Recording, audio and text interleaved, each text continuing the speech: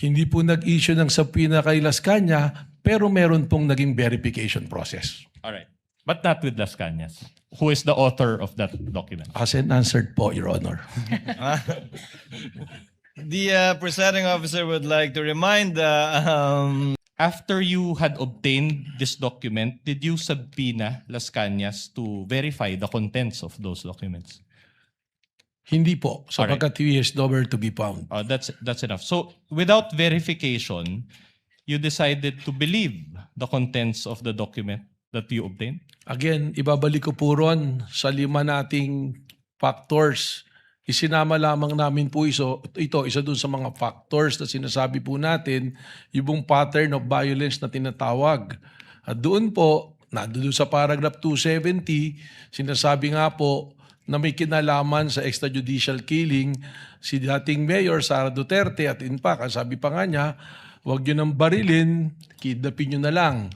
Pero bago po kami dumating doon sa punto na gamitin yun, tingnan na po namin yan. Alright. Sorry to interrupt you. So the short answer to my question is yes. Pakiulit po yung Alright. tanong ninyo. The question is, did you decide to believe the contents of the document without verifying it with Las Cañas? Yun nga po yung sagot po, hindi Yes. kaagad. Kaya po ikinikwento ko nga kung paano po namin nagamit yun. Alright. So hindi po kaagad namin pinaniwalaan. Okay. Your Honor, may I just manifest that the defense is actually misleading already the witness. He kept on raising the question, did you believe right away? When as a matter of fact, the witness is explaining. Your Honor, I never meant, sorry. counsel, with all due kindly let the lead prosecutor finish. The witness has been saying that he did a lot of things after receiving the affidavit of Las Cañas, to the extent of going over the 5 factors that he testified to yesterday. But after that first question, so that means yes. The defense said yes. To his question, did you believe to that right away, to that affidavit? The position of the witness, Your Honor, is no.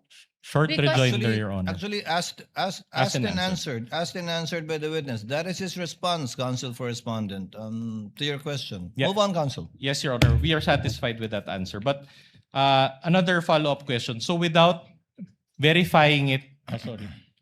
That's misleading, Your Honor. Allow him Sir, to finish the ju- question, counsel. just on What the is the point- pleasure of Senator Judge Cayetano? Just on your ruling, may be clarified because the question was, pinaniniwalaan mo ba? Ang sagot niya, hindi ka agad. So counsel was asking for yes or no. I just want to be clarified.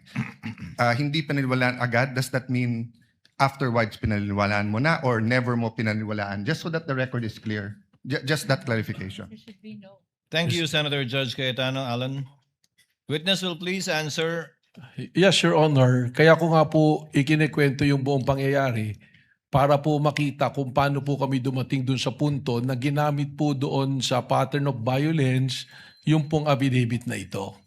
So, liwanagin ko po Director Matibag. Opo. Hindi nyo agad pinaniwalaan nung simula, pinadaan nyo rin sa inyong SOP sa investigasyon, kalaunan, pinaniwalaan na ninyo at sa ngayon, pinapaniwalaan po ninyo yung nakasaad dun sa dokumentong yun. Kalaunan po, ito ay ginamit na namin na isa sa basehan po doon sa pattern of violence pagkatapos po namin idaan sa proseso po. So, pinaniwalaan nyo na, Sa pinanghawakan nyo na, kumbaga. Sa ngayon po, tama po, Your Honor. Okay. And pinapaniwalaan yun without issuing a subpoena to Las Cañas and clarifying the matter with him. Asked and answered, Your Honor. It's a different question, Your Honor. We're already at this Witness point. witness may answer. Pakiulit po. So, you mentioned na pinapaniwalaan nyo na siya ngayon as clarified by the chair. So, are you saying that pinapaliwanaan nyo na ngayon without issuing a subpoena to Las Cañas and verifying it with him? Hindi po nag-issue ng subpoena kay Las Cañas, pero meron pong naging verification process. Alright. But not with Las Cañas, who is the author of that document. As and answered po, Your Honor. The presiding officer would like to remind the witness to kindly avoid making a ruling for and behalf of the presiding officer. Pasensya na po, Your Honor. But the gentleman would have been correct. The presiding officer would have said the same thing. Thank you for saving me the trouble. But try to avoid that, Director Matibag. Sorry po, Your Honor. Alright. Thank you. Thank Counsel you. may proceed. Alright. Director Matibag, Yesterday, I identified 2 videos and you related it with the alleged pattern of behavior of VP Sara, correct? The first video that you showed, I think, involved the sheriff. Tama po. Right. But that incident, will you confirm that that incident took place on July 1, 2011? Yes, long time ago po. So around 15 years ago. Tama po. And did you still find it relevant to use that video? Under po dun sa 5 factors namin, ang tinitingnan po natin sa pattern of violence is the historical behavior. All right. Kasama po yun. With the permission of counsel for respondent, what is the pleasure of Senator Judge Ontiveros? If I may, Mr. Presiding Officer, before the defense moves on to a next question, just to ask a follow-up question of the previous topic. On this matter, On the matter of the Las Cañas affidavit, Mr. the Presiding lady Officer. may proceed with that question on Las Cañas only. Salamat po, Mr. Presiding Officer. Follow-up question, Mr. Witness. According to your testimony yesterday, you reviewed Arturo Las Cañas' affidavit as part of the larger investigation concerning the Vice President's capacity to carry out the alleged threat. Sa pagkakaalam po ninyo, Director, at batay din sa larger investigation na iyon, sinagot po ba ng Vice Presidente sa anumang paraan yung mga alegasyon sa affidavit na yon ni Las Cañas? Your Honor, marami po kasi kaming, yun nga po yung gusto kong ipaliwanag, marami po kasi kaming mga i-consider na tinatawag natin po na open source intel. Yan na po yung mga news, mga report.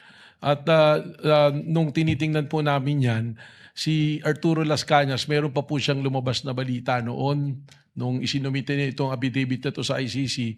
At maalala ko po, meron din po lumabas sa balita na mismong si Vice President Sara Duterte, parang sinasabi po niya roon na hindi ko kailangan ng DDS para gumawa ng kayang gawin ng DDS. Something to that effect po. Na-consider po namin lahat po yan. Sa sinabi di umano ni Vice President, sinabi niya hindi niya kailangan ang DDS para gawin ang Yung kayang gawin ng DDS. Something ng like that po. DDS. Opo. Hindi ko po eksaktong ma-recall yung phrase na pagkakasabi po. Salamat, Mr. Witness. I may return to that point later. The lady today, may do Mr. so after Presiding Officer. the Salamat po. cross, redirect, and recross. When she avails for time, counsel for respondent may proceed. All right, let's go back to the sheriff incident. I'm glad you mentioned history or historical background. Are you aware that that sheriff incident pertains to relief operations that were being conducted by the Vice President, then Mayor at that time, or Vice Mayor? Ang pagkakaalam ko po doon sa balita na yon, itong sheriff na to is trying to enforce a valid order from a legitimate court, demolition order po ito, na ayaw ipatuloy po ng then Mayor and now Vice President. So, Alright. I might not be aware of a relief operation, baka po paliwanag po Alright. sa akin.